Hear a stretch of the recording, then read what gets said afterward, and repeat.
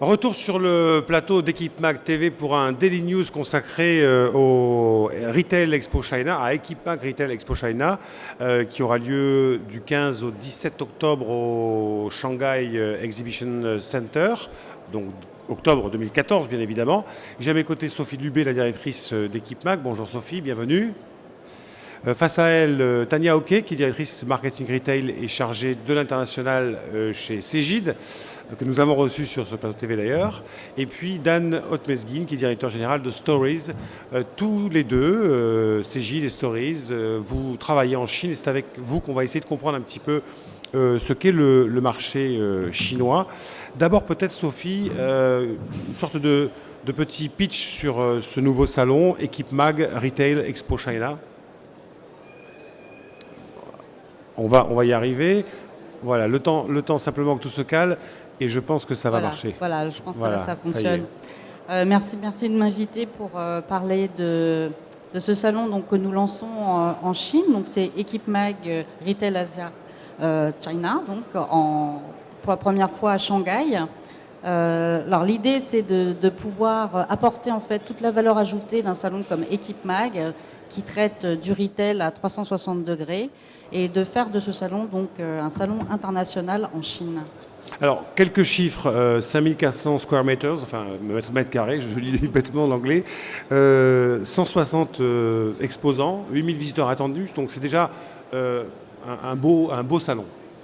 Oui, c'est un beau salon. Donc, on espère en effet drainer pas mal de monde sur ce salon. On a la chance de se tenir en même temps que le salon Mode Shanghai, donc, qui a lieu donc, en colocalisation avec notre salon. C'est un salon qui est donc dédié au marché chinois et qui est, comme on le sait, en pleine expansion. Qu'est-ce qui va se passer pendant ces 3 jours ? Alors beaucoup de choses, beaucoup de nouveautés qui seront donc présentées, des animations et puis surtout l'offre des exposants qui constitue le cœur en fait du salon avec en plus un programme de conférences.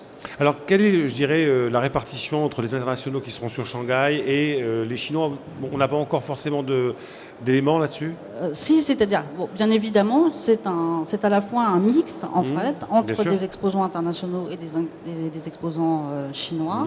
Une fréquentation qui, bien sûr, sera beaucoup plus locale, parce que c'est dédié à la région, mais avec aussi une communication qu'on fait worldwide, donc avec aussi une grosse promotion visiteurs à l'international.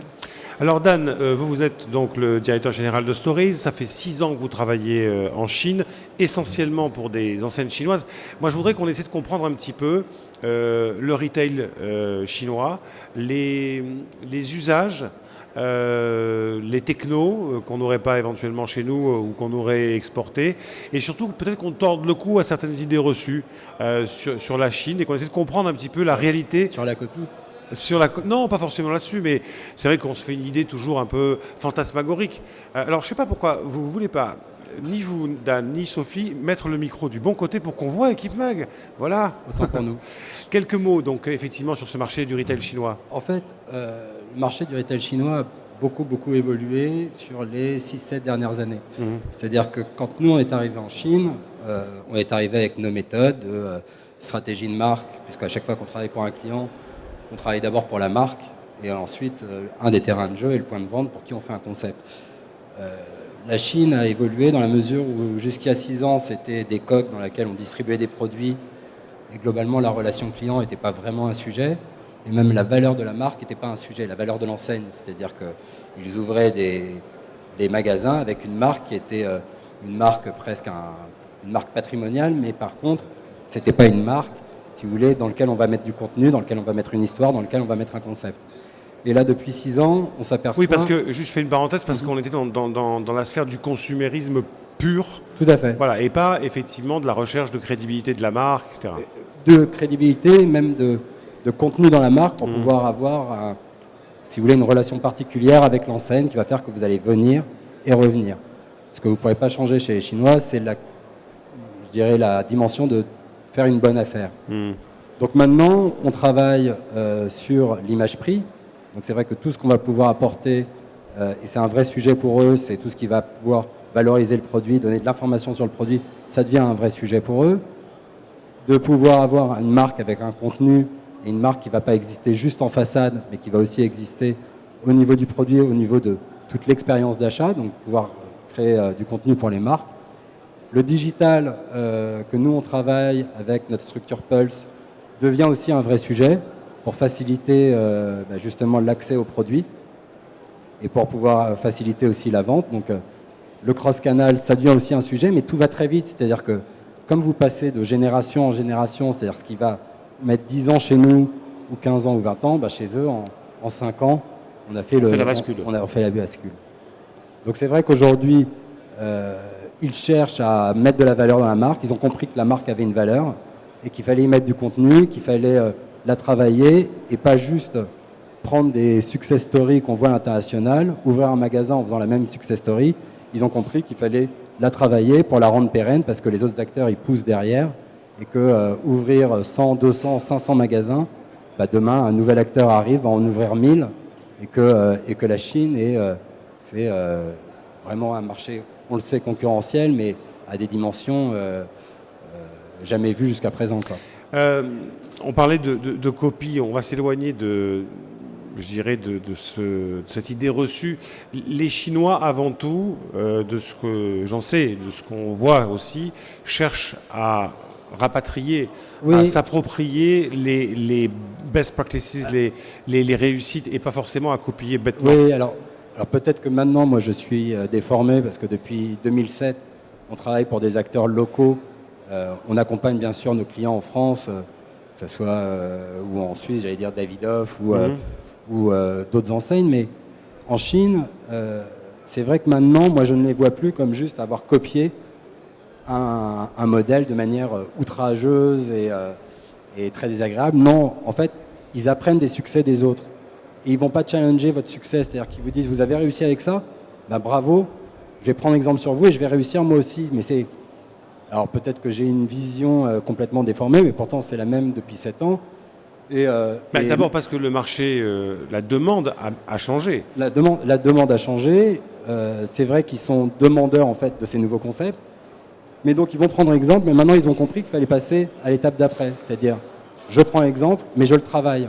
Avant c'était juste je prends exemple, ce qu'on va dire je copie et je fais. Maintenant c'est je prends exemple et je rends pérenne ma marque et je rends pérenne en fait ce que j'ai appris pour pouvoir réussir. Sophie, dans le modèle économique, dans justement la conception de ce salon, bien sûr vous avez pris en compte ces nouveaux éléments, c'est clair. Oui, c'est ça. C'est-à-dire qu'aujourd'hui, il n'existe pas en Chine un salon de retail tel qu'on l'entend pour nous, équipe MAG, c'est-à-dire un salon qui soit capable de mettre en avant à la fois les succès locaux, les marques internationales, dans un aspect cross-canal, multicanal, technologique, mais aussi design. Parce que, comme tu le disais, ça va très vite, tout va très vite et ils ont une capacité d'absorption énorme. Et il y a des marchés qui sont phénoménaux et il faut être là et il faut se présenter. Et on s'est dit qu'il y avait vraiment de quoi faire et je pense que ça va vraiment prendre et que ça va être un succès. Tania Oquet, vous êtes donc directrice marketing retail et chargée de l'international chez Cegid. Cegid expose ici à Equipe Mag et Cegid exposera du 15 au 17 octobre à Shanghai. Alors peut-être d'abord, pourquoi avoir choisi d'aller accompagner Sophie et ses équipes à Equipe Mag à Shanghai? Déjà, nous sommes Cegid des partenaires d'Equipe Mag en France depuis de nombreuses années, je pense depuis 15 ans. Donc, le fait que ce salon, qui est vraiment devenu la référence en France, s'exporte en Chine, est une très très belle initiative. Et j'espère pour nous et d'autres éditeurs, donc un levier pour accélérer le développement commercial en Chine. Donc, je pense, Sophie, vous l'avez dit aussi, aujourd'hui, il y a beaucoup de salons en Chine, notamment dans le textile. Mais jusqu'à aujourd'hui, il n'y avait pas vraiment de salon qui permettait de proposer une vision à 360 degrés du commerce spécialisé. Et pour nous, éditeurs, un salon qui permettait vraiment un salon qui était dédié aux nouvelles technologies, notamment dans l'omnicommerce. Donc, Cegid est un acteur qui est déjà présent en Chine depuis de très très nombreuses années, depuis 2007.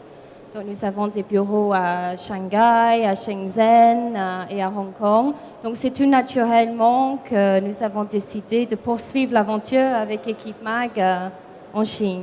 C'est un marché à forte croissance pour vous? Oui, tout à fait. Donc, c'est un marché à très forte croissance. C'est aujourd'hui le deuxième marché du commerce mondial. Donc, toutes les prévisions montrent que c'est un marché qui est juste derrière les États-Unis. Et toutes les prévisions montrent effectivement que d'ici 2016, la Chine va passer devant les États-Unis. On rappelle quand même, parce que ceux qui nous écoutent ont besoin de savoir, on rappelle quand même le cœur de métier de Cegid et peut-être nous dire un peu ce que vous faites là-bas, avec quels clients? Donc, Cegid, nous sommes le premier éditeur français de logiciels de gestion et nous sommes désormais un groupe international parce que nous avons 400 000 utilisateurs en France et dans le monde. Donc, nous avons des filiales implantées partout dans le monde. Donc, les dernières filiales sont le Brésil, la Russie et le Dubaï. Donc, dans le commerce spécialisé, ce sont aujourd'hui 1000 enseignes, 25 000 magasins dans 75 pays qui utilisent les solutions Cegid pour piloter le réseau de distribution. Donc, l'international est un axe stratégique. C'est pour ça que nous nous sommes implantés très, très tôt en Chine. Alors, pourquoi? Parce que ce sont effectivement nos clients qui nous ont demandé tout simplement de les accompagner parce qu'ils ouvraient des magasins en Chine. Et donc, nous sommes un éditeur mondial, donc nous accompagnons les chaînes de distribution dans le monde entier. Je pense que ce qui est très intéressant dans notre parcours, c'est qu'au départ, comme beaucoup d'éditeurs, nous avons accompagné des clients français, donc, qui ouvraient des boutiques en Chine, donc des enseignes comme Lacoste, l'Occitane, Orchestra, Arche. Ça nous a vraiment donné l'assise après pour pouvoir accompagner d'autres enseignes internationales, donc, mais qui n'étaient pas françaises. Donc, aujourd'hui, on travaille en Chine avec des enseignes prestigieuses comme Ted Baker, comme l'enseigne de prêt-à-porter New Look. Et fort de ces expériences, depuis 7 ans, nous accompagnons des enseignes chinoises locales avec des exemples comme Chabert, Montagu, qui ont des enseignes assez importantes. Et nous équipons le magasin en Chine. Alors, vous qui êtes dans le digital, absolument, comment justement les enseignes chinoises, alors les enseignes françaises ou occidentales, exportent, je dirais, vos savoir-faire et les solutions qu'elles ont déjà en place chez elles pour les mettre en place en Chine. Mais comment les enseignes chinoises vivent-elles le digital? On en parlera aussi avec vous, Dan, tout à l'heure. Est-ce qu'elles ont de l'appétence, effectivement, pour ces technologies et pour ce qu'elles apportent comme bénéfice client? Bien sûr. Alors, les enseignes, que ce soit les enseignes chinoises ou également les enseignes occidentales qui sont implantées en Chine, donc qui sont vraiment dans l'ère du commerce connecté. Donc, dans le commerce connecté, on sait que le marché chinois, c'est les premiers consommateurs d'Internet, du e-commerce.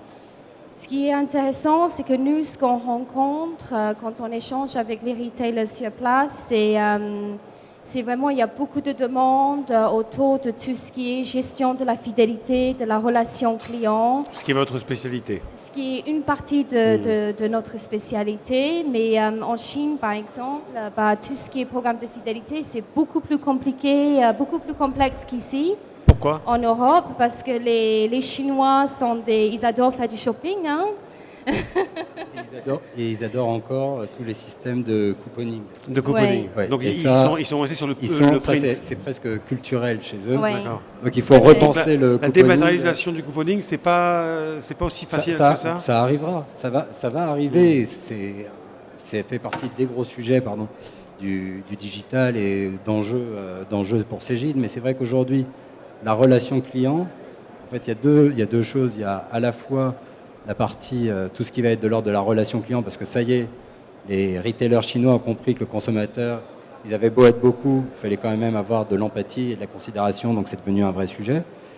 Il y a un deuxième élément, c'est que la jeune génération n'a plus d'ordinateur à la maison, le portable n'existe plus.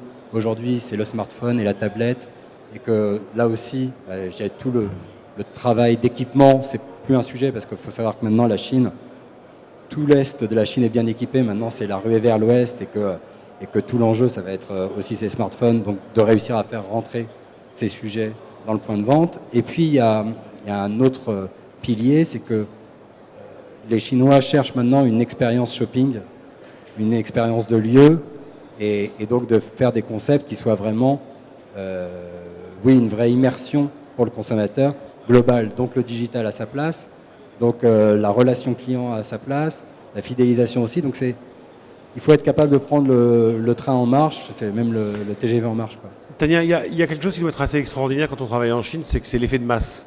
C'est quand on fait quelque chose en France, par exemple, on est un tout petit pays, la France. Alors, on fait beaucoup de bruit, mais on est un tout petit pays en réalité. C'est la plus grande blague que vous pouvez faire à un Chinois, c'est leur demander combien il y a de Français.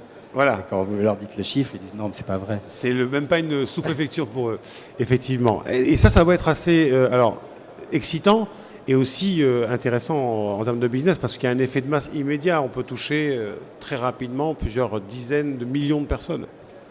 Tout à fait, c'est pour ça que c'était vraiment, la Chine est un marché incontournable pour nos clients et pour CJ. Donc, c'était vraiment, on a décidé d'y aller dès 2007 pour profiter de ce marché colossal et en pleine essor avec quand même des taux de croissance qui font rêver, Oui, même qui font si rêver, ça surtout ralentit ici, un oui. peu, c'est bien au-delà de 10%. Alors, on a parlé de la première étape qui était une étape, alors on va dire une première étape d'éveil. Ensuite, une étape de consumérisme. Ensuite, aujourd'hui, la relation client commence à exister. La notion de relation client commence à exister. Ils vont aller où les Chinois? Parce qu'ils vont très vite, vous le disiez. La prochaine étape, selon vous, ce sera quoi? Ce sera un parcours client encore plus... Non, il y a un vrai enjeu qu'ils n'ont pas encore saisi et qui va arriver, c'est le concept de proximité. D'accord. C'est-à-dire que c'est marrant parce que nous, en France, ça fait des années qu'on travaille avec les bailleurs, les immobilières, à faire des centres gigantesques. Et au départ, c'était des petits centres. Maintenant, on fait des aérovilles, des choses surdimensionnées. En Chine, ça fait des années qu'ils font ça. Et maintenant, ils commencent à faire des choses à dimension humaine. C'est-à-dire qu'on commence à rentrer dans des commerces justement de proximité, à faire des petits supermarchés. Nous, je sais qu'on fait beaucoup de concepts, nous, aujourd'hui, sur des, entre guillemets, comme des petits monoples, des convenience stores chinois, pour des marques qui s'appellent comme JLN. Ils ont 1000 petits supermarchés et ça devient aujourd'hui un vrai enjeu, la proximité. Donc remettre le client chinois au cœur de la problématique, c'est ça en fait l'enjeu de demain. C'est plus d'être nécessairement, ils ont connu l'époque des mégalopoles, maintenant ils veulent revenir à une dimension plus proche des gens. Mais ce qui n'obère absolument pas le travail omnicanal qu'on peut faire avec 1000 petits points de vente plutôt que exactement, grands exactement. centres commerciaux. Le déploiement, ça va être un déploiement toujours avec le gigantisme chinois, mais en étant plus proche des gens. C'est ça ce qui est important. On a travaillé nous dernièrement pour, on va dire, une solderie sur Internet, qui est une énorme success story en Chine qui s'appelle Vipshop. Il faut savoir que Vipshop, c'est 2,5 millions de visiteurs par jour, c'est plus d'1 milliard d'euros de chiffre d'affaires, c'est le 3e opérateur du e-commerce en Chine, derrière Taobao. Et aujourd'hui, quand ils nous ont appelés, c'était de savoir comment ils allaient arriver à remettre du contenu dans la marque. Et donc on leur a dit, il faut penser que la consommatrice chinoise, maintenant c'est une working girl, elle est indépendante, elle va penser la mode pour elle. Et donc c'est quelque chose, aujourd'hui ils faisaient juste un site internet à mettre des produits et des ristournes, mais maintenant de reconsidérer la consommatrice chinoise comme quelque chose de central, comme une femme indépendante, et on a créé d'ailleurs le concept du I dans le VIP, ça a été quelque chose de tout nouveau pour eux et de vraiment important pour leur communication. Tania, qu'est-ce que vous préparez sur Equipe Mag Shanghai, votre stand, les animations que vous allez faire? Comment vous avez préparé votre participation? Alors en fait, parce que nous avons des équipes locales, donc c'est vraiment nos équipes locales chinoises qui vont être présentes sur le stand. Donc bien sûr, nous allons montrer l'ensemble de l'offre YoCJ de Retail, donc avec un focus tout particulier sur toutes les offres omnichannel, clienteling. Je reviens sur le sujet de la gestion des promotions, de la fidélité qui revient à chaque fois. et bien sûr de montrer dans Beaucoup le de cadre démos, beaucoup de démos, oui. Donc il y aura des présentations, les démonstrations, donc il y aura nos experts locaux qui seront sur place. On anime également un atelier, donc, qui est sur les nouvelles tendances du retail, donc où on va aborder le sujet de l'omnichannel et le O2O, c'est ce que les Chinois appellent le O2O, c'est ce que nous on dit en général le Web to Store, donc online to offline. Donc toutes nos équipes seront sur place, nos équipes locales. Bon, Sophie, à fond, quoi. Hein. Complètement à fond. Donc, comme on l'a dit autour de la table, un consommateur qui est remis au centre de cette relation client, des nouvelles technologies, une nouvelle approche. Je les rejoins complètement dans ce qu'ils disent.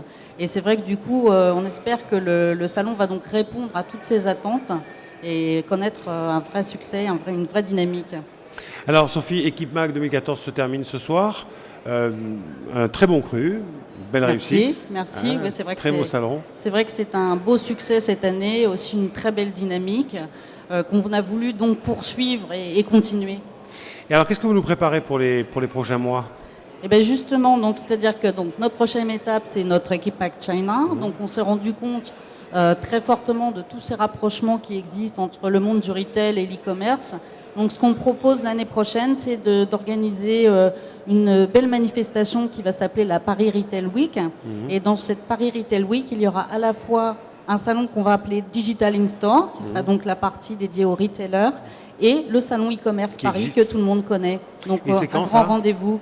Donc ça, c'est 21-23 septembre 2015 pour l'année prochaine. Entre le retail et le e-commerce sur cette semaine du retail à Paris. Exactement. Donc les grandes convergences qu'on connaît et qu'on rencontre aujourd'hui, eh bien, on essaiera de les traduire. Et ce sera porte de Versailles. Ça sera la porte de Versailles. Très bien.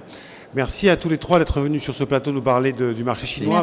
Merci beaucoup Dan et Tania pour toutes les informations et oui, effectivement les statistiques et les tendances que vous nous avez délivrées. On connaît un petit peu mieux le marché chinois. On vous souhaite beaucoup de réussite à Shanghai au milieu du mois d'octobre. Et puis on se retrouvera nous dans quelques instants pour une nouvelle émission sur le plateau TV d'Equipe Mag. Merci.